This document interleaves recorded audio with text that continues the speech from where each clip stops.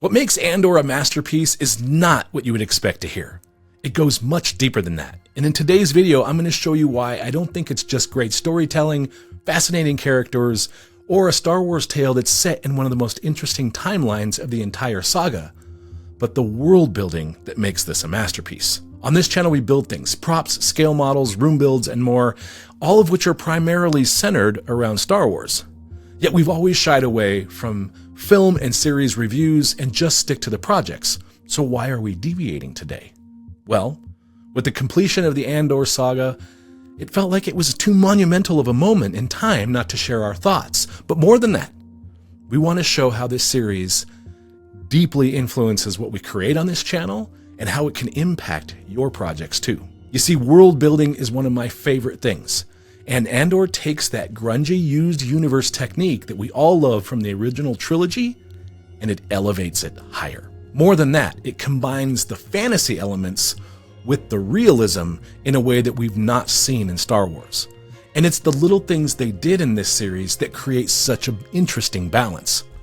For example, the cafeteria in the opening scene of Season 2 feels like a cafeteria. It's the tables spread out through the space, the addition of the condiments in the center of each of those tables, combined with the clearly defined Imperial architecture, and you know you're looking at a cafeteria, but you know it's set in Star Wars. The same is true for the traveling camper that Bix, Brasso, and Wilman are living in while working on the farming equipment. It's undeniably Star Wars, and yet it's basically an RV. I can see, without it moving, that it's portable.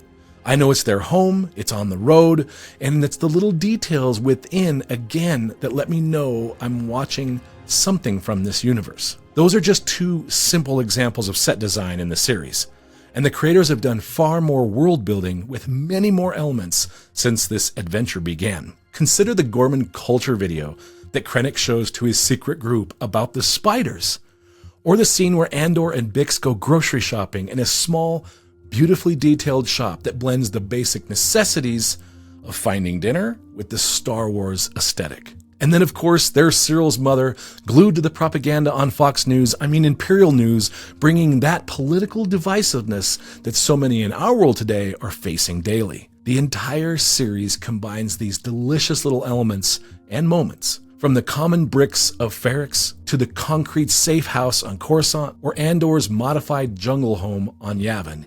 Each bring this series within reach of real life while still keeping us in a galaxy far, far away. You might wonder why really any of this matters to us, or more importantly, why it matters to you. Well, let's say you're building your own Star Wars themed room. Maybe it's in your basement. Now imagine you've got a bar area, complete with everyday items, glasses, mixing vessels, coasters, even a trash can. These are all real-world objects that you need to integrate with and not break the immersion. What Andor shows us is how to do that exactly. How to incorporate an ordinary item into a themed space without compromising the aesthetic that you've worked so hard to create. To be clear, I don't mean you have a coaster with the logo of Star Wars on it, or a hand towel that has Yoda's face on it.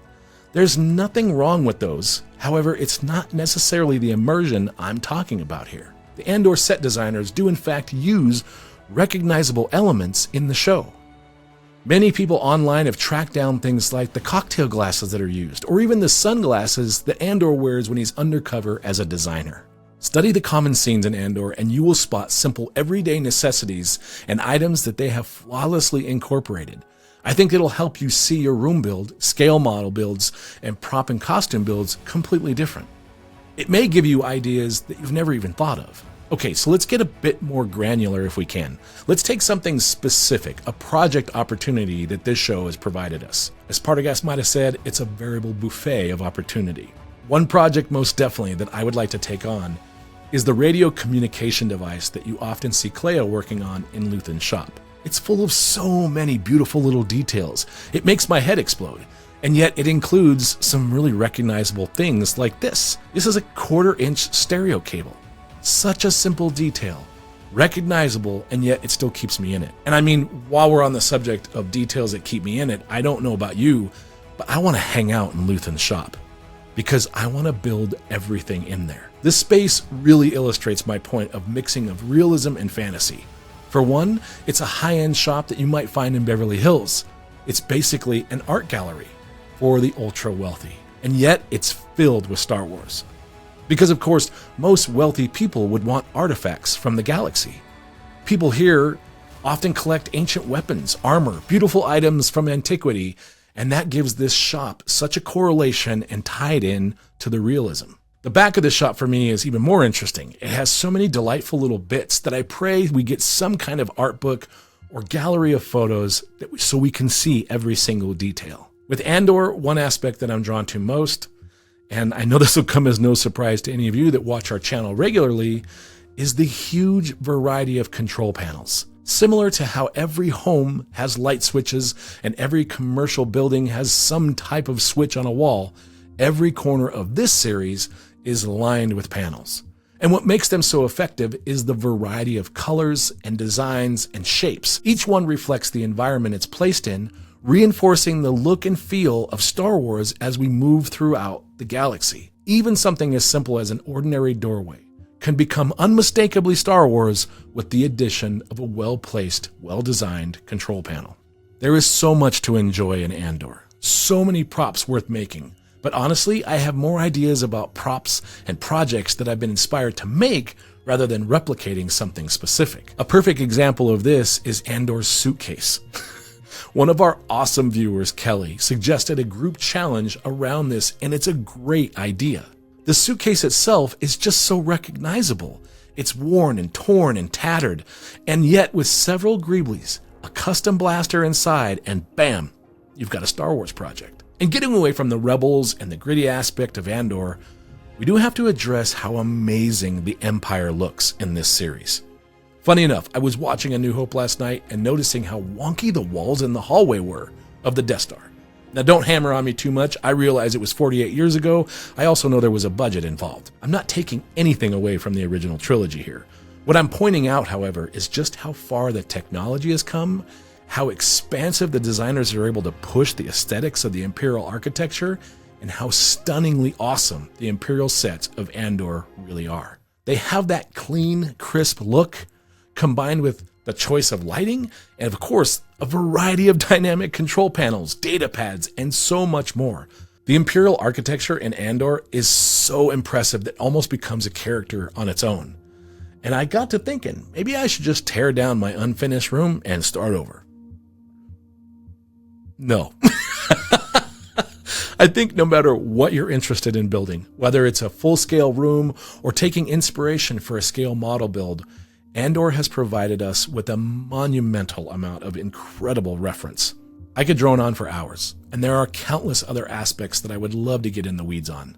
However, I do want to also share a personal opinion about the show, and also why I'm disappointed. I'm disappointed because it's over. And I have serious concerns that we will ever get a gritty adult version of Star Wars like this again. Opinions about Andor, like other films and series made by Disney, since they started making new content, has been a very mixed bag. I was a child of the original Star Wars trilogy, and now as an adult, I find that I need less lightsaber battles and rancors running wild through the streets of Tatooine and wanting more of this gritty underworld drama. I want a balance of content that has room for Andor and adult versions of shows, while still providing the younger audience with entertaining and exciting adventures like Skeleton Crew.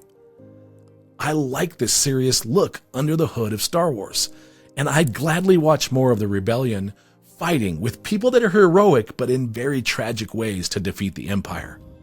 I especially want more stories of characters and events that we've never seen. I don't need fan service. I love Darth Vader, the Emperor, Luke, all of those things, but having any of those iconic characters show up in this series would have been a disservice to the story. I love this show. The slow character development, the struggles that Andor had to work through to find his path, the pain Mon Mothma had to endure politically and personally to lead the Rebel Alliance, and the sacrifice that Luthian made even to give any of this a chance. And I'm leaving out so many other characters and their journeys, but there are too many to mention. Andor was beautifully shot. It's cinematic artistry, wonderful sets, amazing locations, and I loved the sound design. This series changed the impact of the original trilogy on me as well. When you think of the gravity of the rebellion and the cost it took for all of them, It gives the entire saga a different weight. It made Rogue One even better than before, and I would have never thought that possible. Rogue One, in my opinion, is one of the best Star Wars films ever made, second maybe only to Empire. This show, the writers, directors, actors, and all that had their hand in creating this vision truly made a masterpiece. They helped me understand why I'm such a Star Wars nerd and made me a bigger fan. You may not agree that Andor is a masterpiece. You may be one that loves everything that Disney's brought to us since taking control of the franchise. You also may be one of those that thinks nothing good has come of this. And you know what? Any of that's totally fine. Just keep this in mind before you post or respond to someone in the comments here, or really anywhere on social media where a conversation starts. Star Wars is like our favorite restaurant. We all come to it for different reasons, we all enjoy different dishes from the menu, and we don't all have to appreciate the food from it. And you know what? That's okay. Just remember, this community of fans, old and young, original trilogy, prequel trilogy, sequel trilogy, and everything in between, we all come here together for one passion or another. It doesn't make someone right, and it doesn't make others wrong. We come to our favorite restaurant called Star Wars, and we do that together. And that's truly magical.